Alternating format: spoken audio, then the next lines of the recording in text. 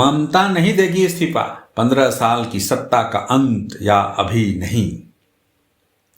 नमस्कार दोस्तों, स्वागत है आपका जन आवाज 24 सच के साथ। और मैं हूं आपका दोस्त एस कुमार और आप देख रहे हैं जन आवाज 24। दोस्तों, कल रात तक पूरा देश देख रहा था कि पश्चिम बंगाल में भारतीय जनता पार्टी के 207 सीटों के साथ ऐतिहासिक जीत हासिल कर ली। तृणमूल कांग्रेस 80 सीटों पर सिमट गई। 15 साल बाद ममता बनर्जी की सरकार जा रही थी, लेकिन आज सुबह क्या हुआ? ममता बनर्जी ने सीधे कह दिया, मैं इस्तीफा नहीं दूंगी। वे कह रही हैं, हमने चुनाव नहीं हारा, 100 से ज्यादा सीटें लूटी गई है, यह साजिश है। दोस्तों, क्या यह लोकतंत्र की जीत है या लोकतंत्र का मजाक? क्या कोई मुख्यमंत्री चुनाव हारने के बाद भी कुर्सी पर टिकी रह सकती है? क्या चुनाव आयोग पर लगे ये गंभीर आरोप सही है या यह हार स्वीकार न करने की आखिरी कोशिश है? आज की इस रिपोर्ट में हम खोल कर रख देंगे पूरा मामला, एक एक फैक्ट, एक एक बयान, संवैधानिक नियम, सब कुछ। अगर आप अभी जानना चाहते हैं कि अब बंगाल में क्या होगा, राज्यपाल क्या करेंगे, शुभेंदु अधिकारी कब बनेंगे सीएम और ममता की ये जिद कितनी दूर तक जाएगी, तो वीडियो अंत तक जरूर देखिए। चैनल को अभी सब्सक्राइब कर लीजिए, घंटी दबा दीजिए, क्योंकि ऐसी खबरें सिर्फ जन आवाज 24 पर ही आती है, सच के साथ और बिना मिलावट के। चलिए शुरू करते हैं। दोस्तों, 4 मई 2026 को जब चुनाव परिणाम आ रहे थे, तब भारतीय जनता पार्टी के झंडे लहरा रहे थे। 294 सदस्यीय विधानसभा में बहुमत का आंकड़ा 148। भारतीय जनता पार्टी ने 207 सीटें जीत ली और टीएमसी सिर्फ 80 पर अटक गई।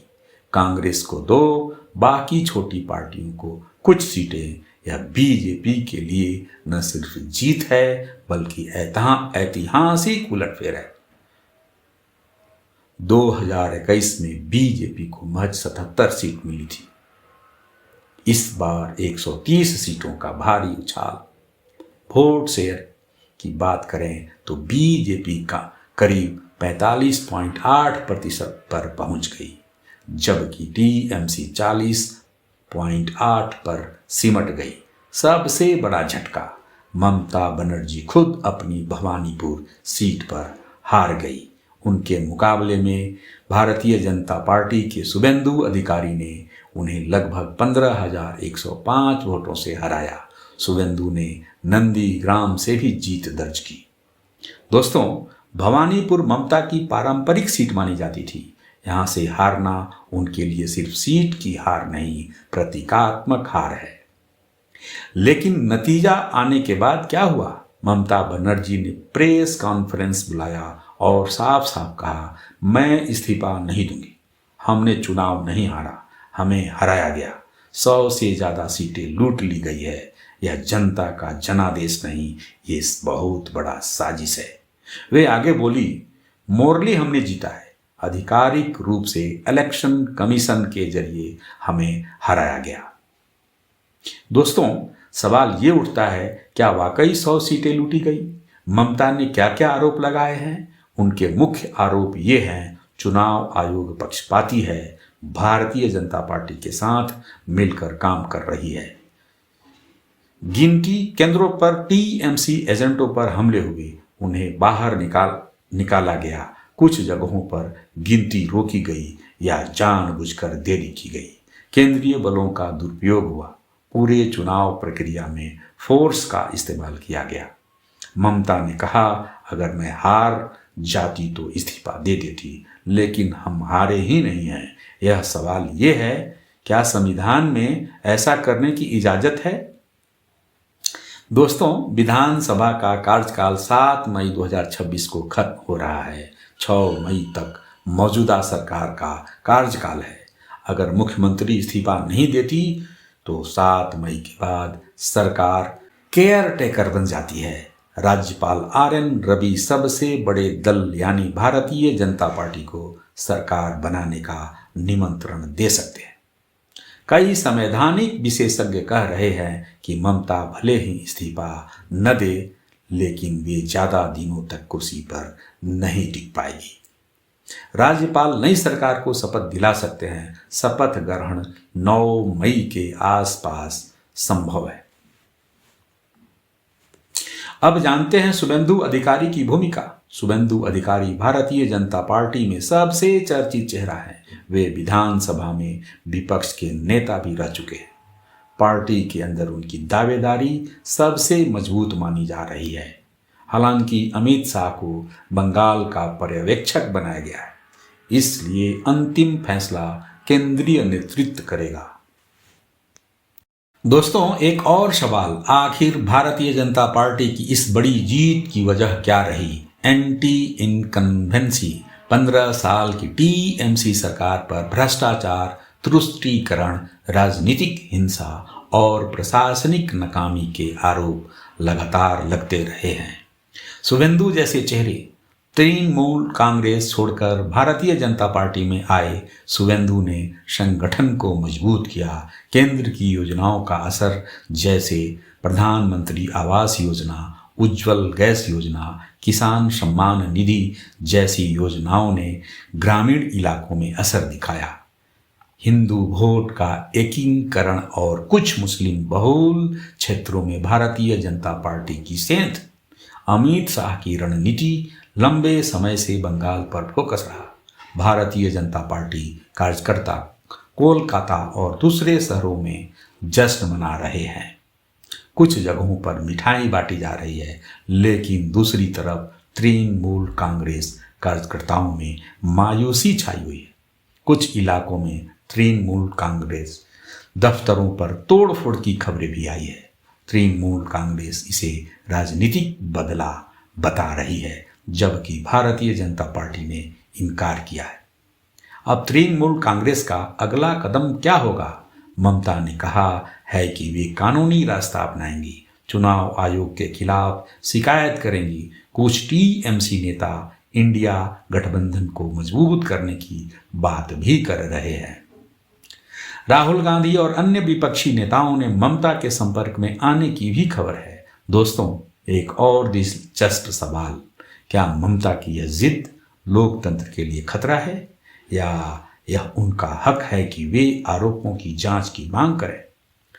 भारतीय जनता पार्टी का जवाब साफ है, हार स्वीकार करें। अगर कोई धांधली है तो कोर्ट जाएं, लेकिन कुर्सी पर बैठकर लोकतंत्र का मजाक मत उड़ाइए।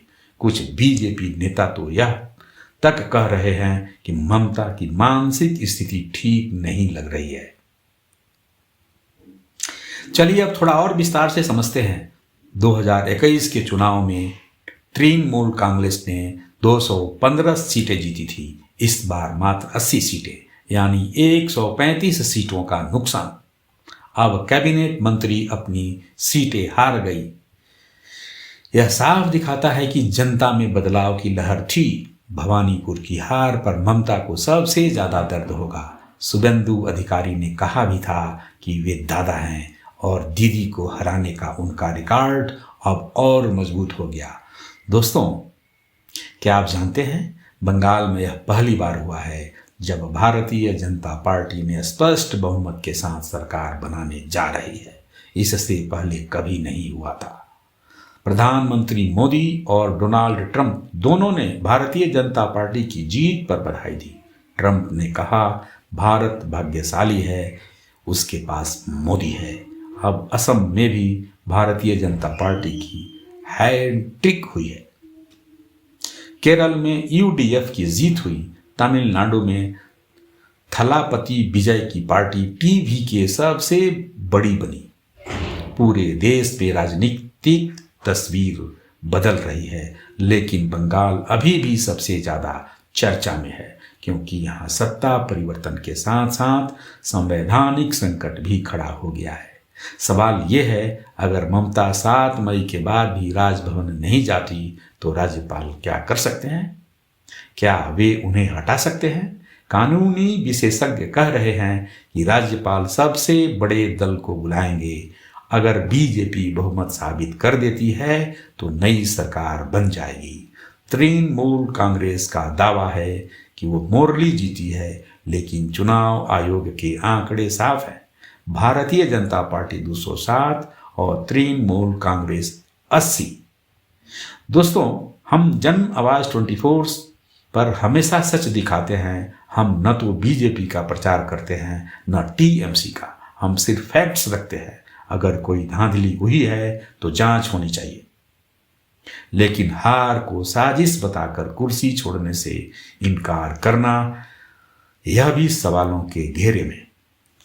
एक और सवाल जो दिमाग में आ रहा होगा, क्या टीएमसी अब विपक्ष की भूमिका में मजबूत रहेगी या पार्टी में टूट फूट शुरू हो जाएगी? अभिषेक बनर्जी अन्य नेता क्या रुख अपनाएंगे? अभी तो ममता कह रही है हम वापसी करेंगे।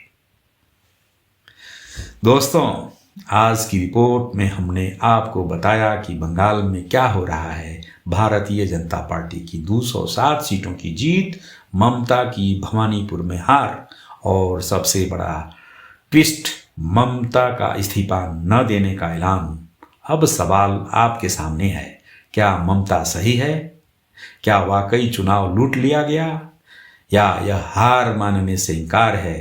क्या राज्यपाल को तुरंत फैसला लेना चाहिए? क्या कोर्ट इस मामले में दखल देगा?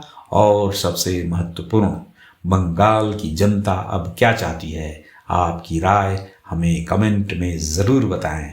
क्या आपको लगता है ममता को इस्तीफा दे देना चाहिए या उन्हें कानूनी लड़ाई लड़ने का हक है? जन आवाज़ 24 हमेशा सच के साथ खड़ा रहेगा, चाहे खबर किसी की भी हो। अगर वीडियो पसंद आया तो लाइक ज़रूर करें, चैनल को सब्सक्राइब करें और घंटी दबाएं ताकि ऐसी हर बड़ी खबर सबसे पहले आप तक पहुंचे। तो दोस्तों, मैं हूं आपका दोस्त एस कुमार और आप देख रहे थे जन आवाज़ 24 सच के साथ। अगर आप चाहते हैं कि मैं आपके लिए ऐसे ही सवाल उठाता रहूं, खबरें बनाता रहूं, तो प्लीज़ हमारे चैनल को लाइक करें, सब्सक्राइब करें और बेल आइकन ज़रूर दबाएं ताकि हर नई रिपोर्ट सबसे पहले आप तक पहुंचे। यह वीडियो आपको कैसा लगा आप हमें कमेंट में ज़रूर लिखें और आप हमें और भी बेहतर करने के लिए सुझाव लिखें। सवाल पूछते रहें, सच तक पहुंचते रहें। कल फिर मिलेंगे एक नई रिपोर्ट के साथ। तब तक स्वस्थ रहिए, सच से जुड़े रहिए। सच के साथ नमस्कार, जय हिंद और जय भारत।